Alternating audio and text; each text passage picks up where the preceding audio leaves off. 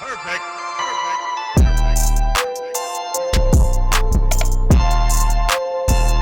Hallo, willkommen.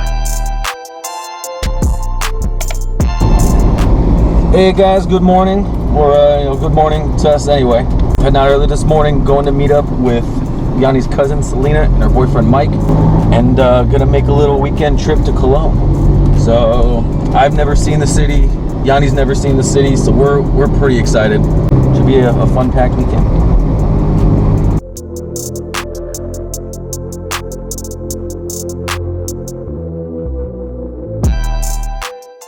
Three hours later.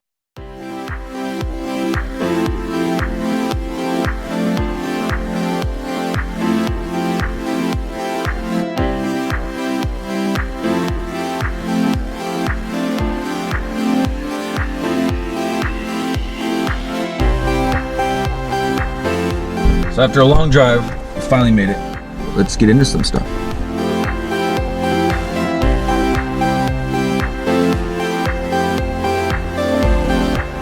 And of course it rained almost the second we got there. It wasn't too bad, but definitely slowed us down a little bit.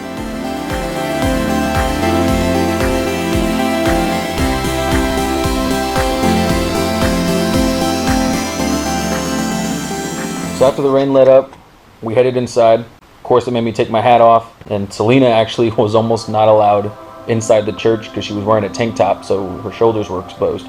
But thankfully they had some extra like cloth or linens that they were handing out to people that they could just kind of wrap around themselves to cover their shoulders, so they could respectfully go into the church and check everything out.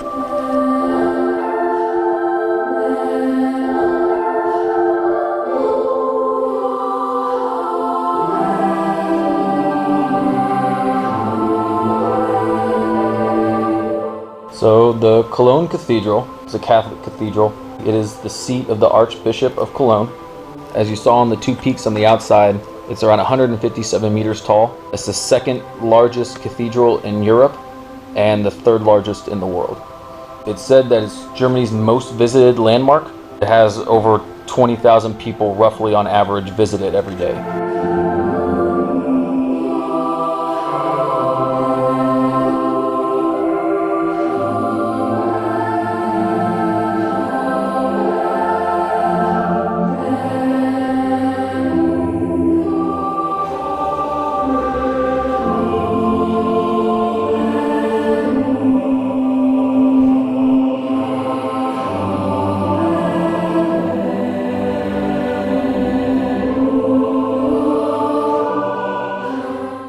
So the foundation for the Gothic cathedral started around 1248, and numerous parts were worked on until construction was basically interrupted around 1520, and these parts of the cathedral that weren't finished yet were just left that way. For around 300 years, it's said that the cathedral basically just sat there and just kind of looked like a ruin. The cathedral workshop was established again around the early 1820s, and it said it spent the first 20 years basically restoring the existing structure that was there and was left alone for such a long period of time. The two towers that you saw on the outside before we came in were completed in the 1860s and 1870s. And when the cathedral was finally completed in the 1880s, due to the two towers and their height, it made the church the tallest building in the world.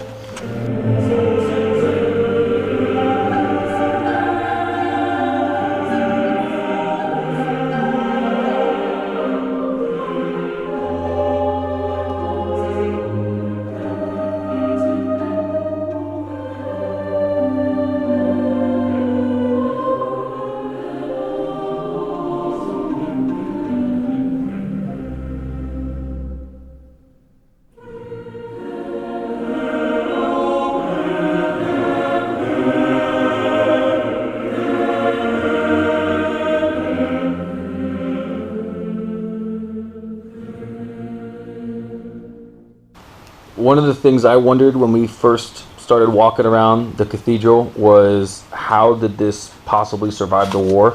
Knowing how a lot of parts of Germany were bombed pretty heavily during the war, and with Cologne being one of the bigger cities, I kind of assumed that, there was a lot of damage that could have been done to it. It says that the cathedral was seriously damaged by taking a lot of high explosives. It was also hit by artillery and various projectiles. They said that most of the vaults and the main vessels of the cathedral collapsed. The organ and then most of the 19th century stained glass windows were destroyed. One of the piers on the north tower actually received a direct bomb hit, but thankfully all the medieval windows and many of the important items that were in the cathedral had been removed, so that way they could be protected and they weren't damaged throughout the war.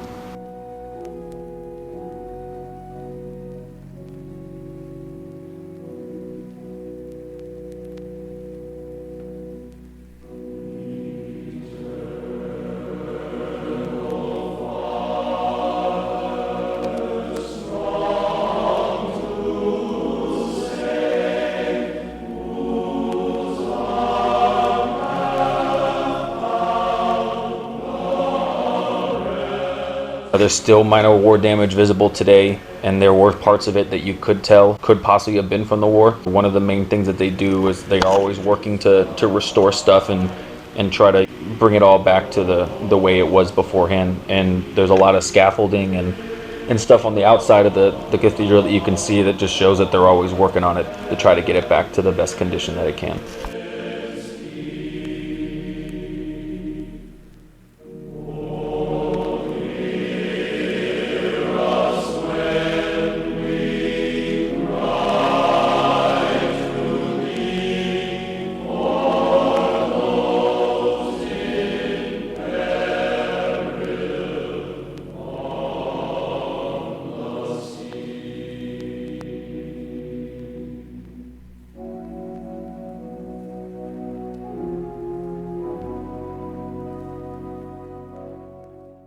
Twenty minutes later. So after seeing everything inside the church, you're actually allowed to climb the towers. So that's definitely where we ended up going next.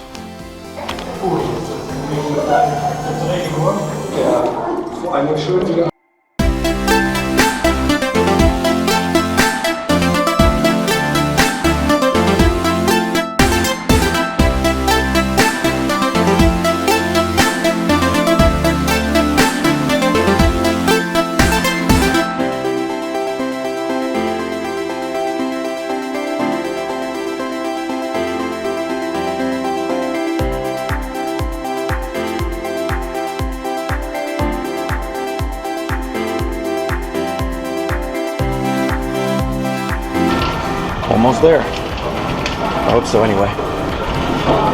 It's so tiring. So many steps.